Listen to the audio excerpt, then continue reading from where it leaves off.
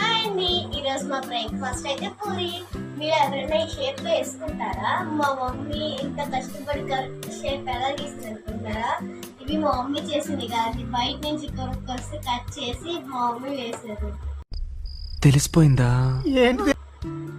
ఇప్పుడు మా మమ్మీ మార్నింగే లేచి ఇంత కష్టపడి పూరి కూర వండి పూరి చేసినా సరే మా చెల్లి ఏం చేస్తుంది తెలుసా? చూడండి ఒకసారి, పూరిలోకి పంచదార నంచుకొని తింటారు. అంతకాడికి ఇంకా పూరి కూర చేయడం ఎందుకు?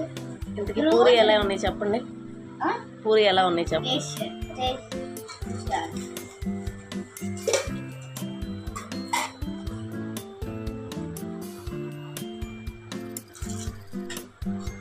నువ్వు చేసినవి కాదు కాబట్టి బాగున్నాయి. ఇవే తగ్గించుకుంటే మంచిది.